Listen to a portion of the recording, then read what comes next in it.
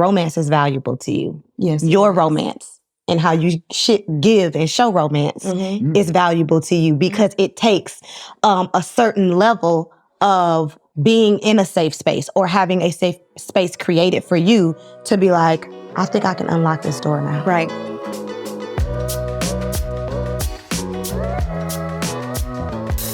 So you mean to tell me that you'll get your hair done, your nails done, and your makeup done, but then you won't do anything to help you? Girl, that math ain't matching. No. So when is it going to be the time that we stop working on the outer things and start figuring out the inner things? Girl, I think the time is now. And so for you, I'd encourage you to strut over, slide over, get on through, getandstaymarried.com. Because what we have for you is not just this great conversation like we're having today. Yes. But it's an entire community to help you know and love yourself, but focus on what we put in and what we put on. So all our clients have a personal stylist, a year with a finance coach, a flexibility coach, a sex educator, because there's a lot of people having sex, but they not good at it. Oh, don't let that be you. So go ahead, sis, slide on through, getandstaymarried.com. But for now, back to the show. What's going on, y'all, man? Welcome to another great session, and welcome to Romance and Real Estate, where we help you level up in life, love, and money. Man, so as you know, the church announcements consist of you hitting subscribe, like, comment. If you're getting value from it, let us know. If you disagree with us, let us know. Man, share it, share the post, the Instagram, TikTok post with all your friends, man. We need all the support we could get. And again, we appreciate you for tapping in each and every week, Wednesdays at 6:00. So the tip of the week this week. All right. Let's say that you got your rental property. All right. So in most rental properties, they come very basic. So I do 4 things to actually make sure that I have the best rental on the block. All right. So when I finish a rental property, I use the same gray paint, white trim, et cetera, et cetera. But things that I do to make sure that my investment lasts long is I add backsplash to the kitchen. The reason I add backsplash to the kitchen is because when, y'all come through and frying chicken and it's slapping on the back end, if you don't have that, you're typically going to have to paint that whole situation. And if you did not go back into that property to do maintenance and or paint, the paint's going to look different than an old paint. So you're going to have to paint the whole room now. Because you did not have a backsplash. If you had a backsplash, all you have to do is just wipe it down and keep it pushing. So that's tip number 1. Tip number 2, put handles in all your cabinets. This is why most apartments don't have handles.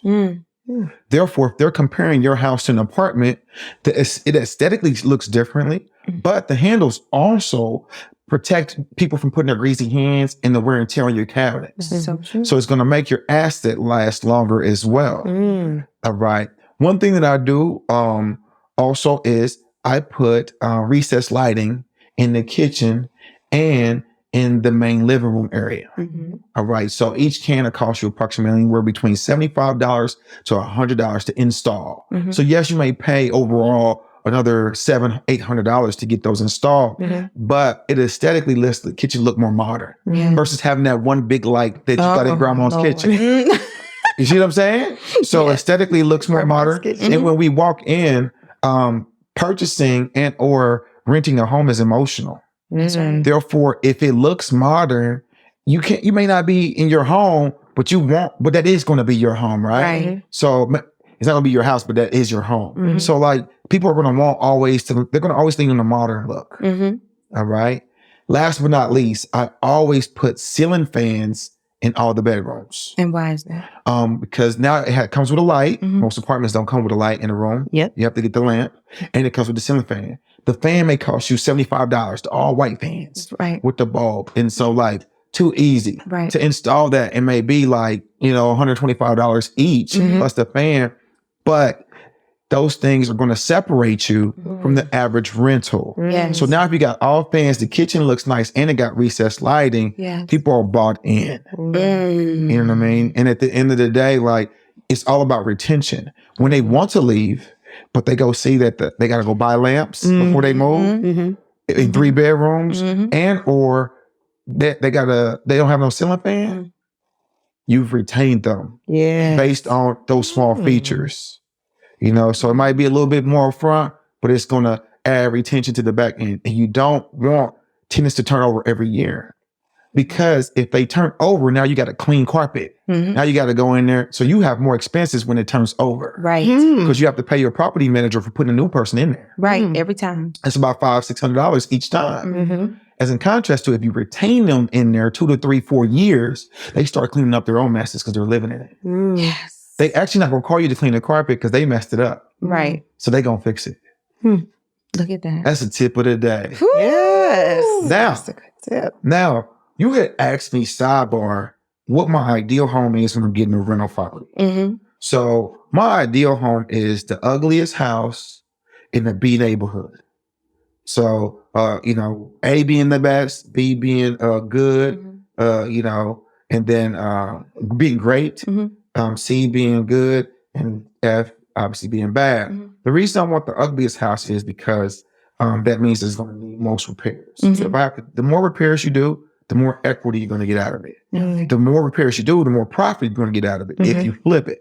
Therefore, I want to be in a position where we got to do a little bit of rehabbing before I know I have a little bit of meat or inner equity on the end of the stick.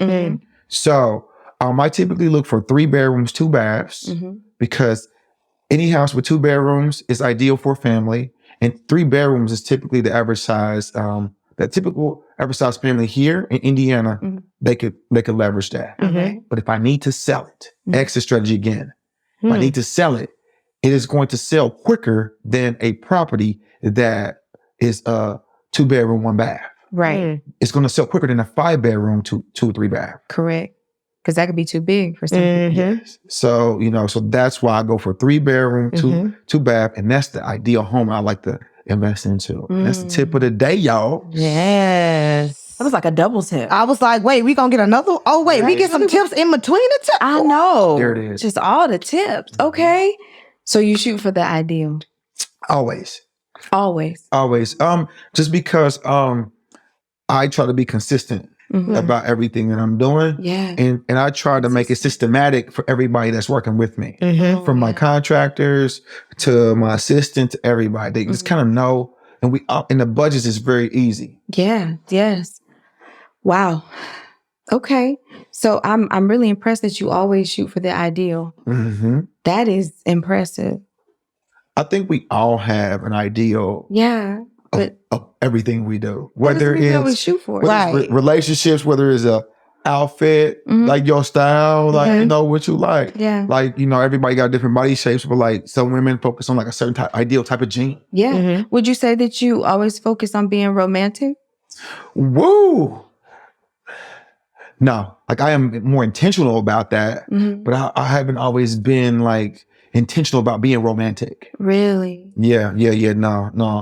I'm just being transparent. Yeah. You know? So, but when it comes to love, we never actually talked about what romance really means, which is really like the ideal.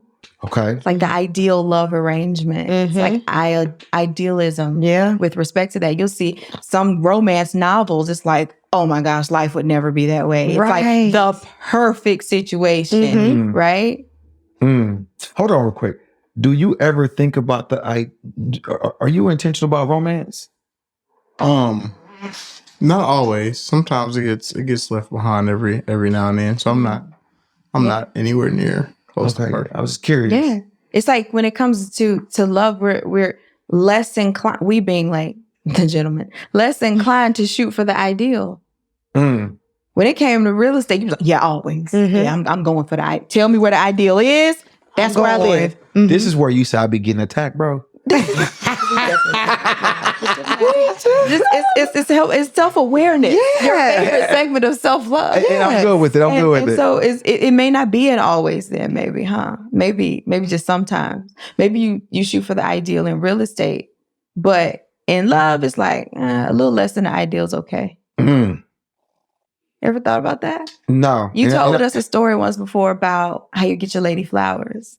Yes. And you said you didn't used to do something. What did you not used to do? So I when I think about it, she loves flowers. So I like to show, I like to give her when she desires. Not on a clockwork. It don't come every Friday. Right. But whenever I feel that motion within me and I just want to express it, I will do that. So the lady always asks, do you want a card? And I always would be like, no, she know who this is. And so I may put it on the kitchen counter or on a nightstand or whatever, right? Yeah. But I was saying that lately, I do write on a card. Yeah. And so like, I think last week it was like, we appreciate you for everything that you do for us. Yes. And I'm speaking us like my family. Yeah. Right? And so then you was just like, yo, you need to give it a signature phrase, touch or something. Well, hold on one second. Let's talk about the card real quick. Yeah. Would you say that when you put a message on the card, that took it up a notch? Yeah.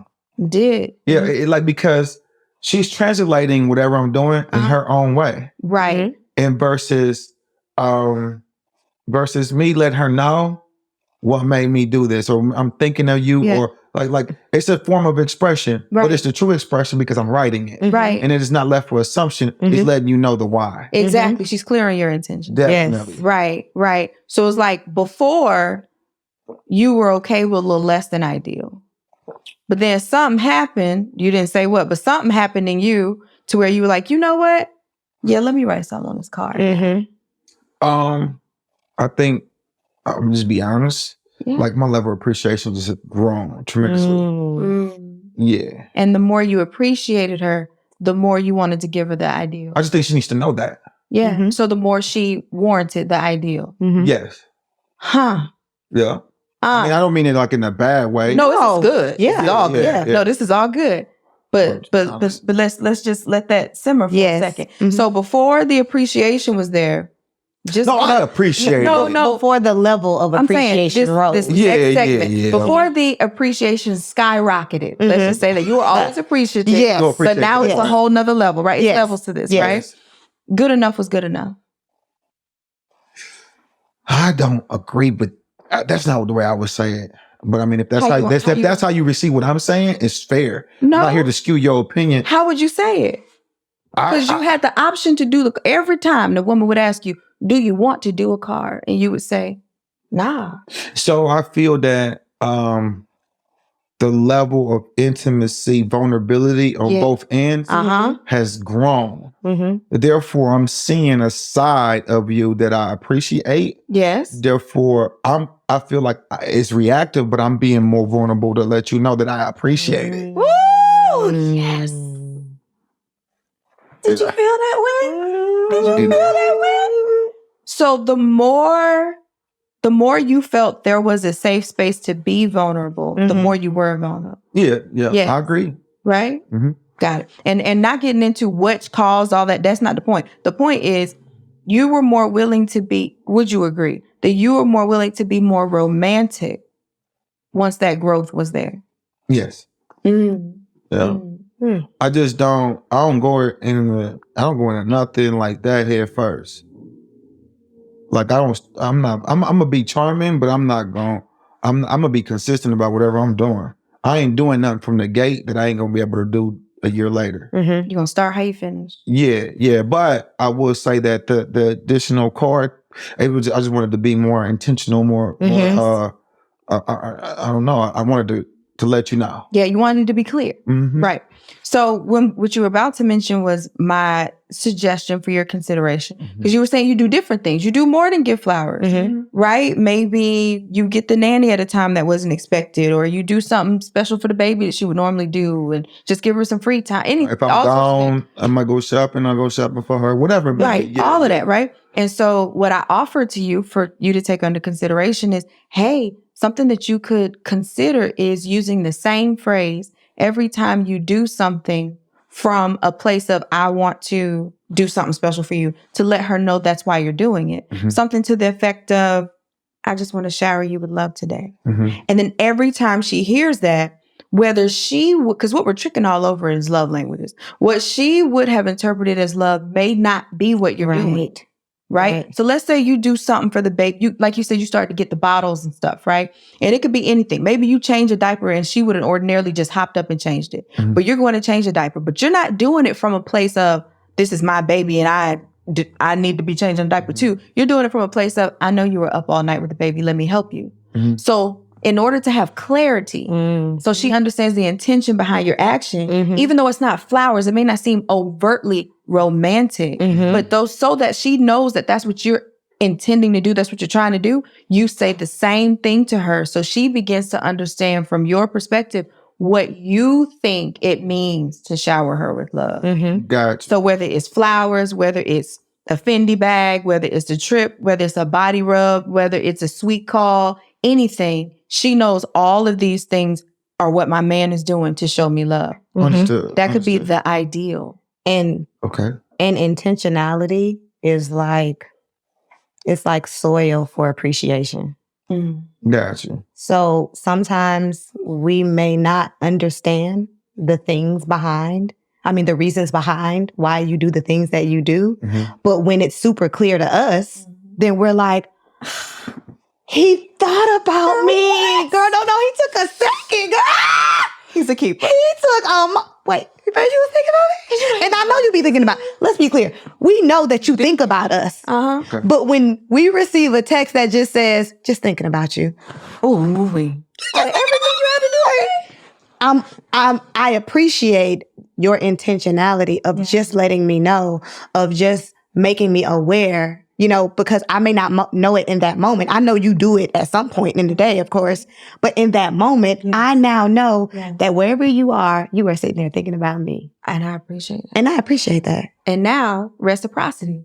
You know about reciprocity in business. You do something for someone, they are more inclined to want to do something for you. So now we get the reciprocity game going. Not because we're trying to have transactional love. This is not one and the same. It's just now we can play a game, if anything, of like, I love you more. I love you more. I love you more. Like, we're just showing love to one another all throughout the day, because we know challenges are going to come, irritations are going to come, frustrations are going to come. It's going to be some sleepless nights. There may be some financial challenges from time to time, but no matter what else is going on in life, we have our language of love going back and forth, and we're clear about that. Because let me tell you something I hear from a lot of the fellas. They are doing things to show love to their women, and it's like it's unappreciated. But if I ask the woman, what does he do to show love to you? She doesn't name none of the stuff that he said. He might say, I washed the dishes last night. And she like, you dirty them. How you do that for me? Right. He never said that he was doing that from a place of, I just want to lighten your load today. Yep. I just want to shower you with love today. So she's not appreciated as such. She's like, you live here too. Of course you wash the dishes. So the lack of communication, not just the miscommunication, but the lack of communication, not taking advantage of the opportunity to be crystal clear, can start a crack. Yeah. Got you. You said something that I didn't want to skip over, but I wanted to let you finish your thought. Yeah. You said, I'm going to say this wrong, but the exchange of material things is not equal to this. No. So, but you gave it a name. Transactional love. Transactional love. What is transactional love? Okay, so we believe that love is a verb and it's what you do, right? So there's a way to love. And it's very clear to know what is and what is not love. I'm using this phrase loosely so that it's relatable, okay? But what some individuals have adopted or been programmed to fall into is a transactional love, wherein if you give me something, if you buy me something, if you sometimes do something for me, then I know you love me. Yeah. And if you don't give me something, if you don't buy me something, then how could you love me? But the basis of love is not in material things. It's not in things that are a transaction. That's why I want to be careful about the love game versus transactional love, right? The love game is just how we're expressing some things. We're making fun and play out of this. But transactional love is similar to what we talked about in a different episode, where the basis of our connection is based on what you do for me. Yep. And that can be in friendships, because there's some people that are only around because of what they get or what you do for them. Absolutely. How their life is improved by being close to you. But if ever those things weren't present, there's no interest in the person that is you. They're not just here just because it's you. They're here because they get to go on a boat. And a lot of the times it is, I'm not able. I won't do until you do. Did you feel like that about my response? What you were sharing today? Yes. In the sense of I said like I felt like I was getting a new level of appreciation, so I wanted to express it. No. Okay. No. We're talking about. Well, let's get more clear. No, I'm not. We're talking about what you say. The girl said. Oh, and there was a meme. A girl said, "How am I supposed to know if you love me if you don't put no money in my account?" That's what we're talking about. That's what again. And then, like you said in one of the earlier episodes in the conversation, that a girl said something to you about, I'm not willing to spend no time unless you're willing to put some money, unless you giving me your money, or unless you giving me your bank account. That's it. So it's a transaction. I won't until you do. Until you do. So then even if we hang out, even if we have a good time, even if we vibing, we're not doing this until I get this. Or you're not doing something for me until I do something for you. Clear. That's a transaction. Yeah. Versus love is patient, love is kind, love is not easily angered, it keeps no record of wrong. Like that's more of what we're talking about when we're saying love. But what's being the misnomer here is, buy my time. And I'll call this love. Period. Buy my time. And I'll call this love. Sheesh. That's transaction. It's much like our business. We don't serve our clients if they haven't invested with us, right? So there's a requirement. And so for some, the requirement for their love is to be financed. One way or the other. And it doesn't always cash. It could be bags. It could be trips. It could be nice dinners they couldn't afford on their own. It could be a lot of different things. But the point is, there's a transaction that has to take place in order for you to enjoy my space. And let me tell you what that doesn't sustain. Transactional love. And this is a clear example. It's a basketball player, has a wife. They live a certain type of lifestyle. He gets injured. He's no longer able to play anymore. They still got a cushion. Like, they not broke. But the lifestyle they once led, they can't live that lifestyle no more. So now it's like, we not going on a trip? We can't go on a trip every month now. We can't do that. Okay. Wait, but I just saw the new bag. Okay, well, we're going to have to slow down a little bit on the spending. Then sell your old bag first before we get a new bag. And okay. So now it's like, this is not what I signed up for. You signed up for the transaction. The lifestyle. So then the love that y'all said, or you said that you had for this person is not going to be able to sustain you in a hard time. That's right. So then when you are loving somebody to the capacity that you understand love to be in its purest form, love is patient, love is kind, all of those great things, it's when you get in those tough times, hard times, because it will get tough. Always. It will. And when it does, you can remember, you can think on, and you can know that whether you are here or whether you are here, the person that's beside you loves you for you, and we gonna figure this out. It's not because of anything that you gave me, nothing that you sold me, nothing that you told me. It was from what you exhibited as it pertained to what love was that keeps us in a place where we can actually sustain this relationship. And so when we circle back around and we talk about the ideal, you'll notice that even yourself, you weren't necessarily inclined to engage in the ideal until there were some other things that went on that made you more comfortable being vulnerable. So the warning that I would give is this, because I know that, again, most of the men that have shared this level of conversation with me would be like you. They're not really focused on ideal when it comes to romance. Like that ain't really what I'm worried about today, right?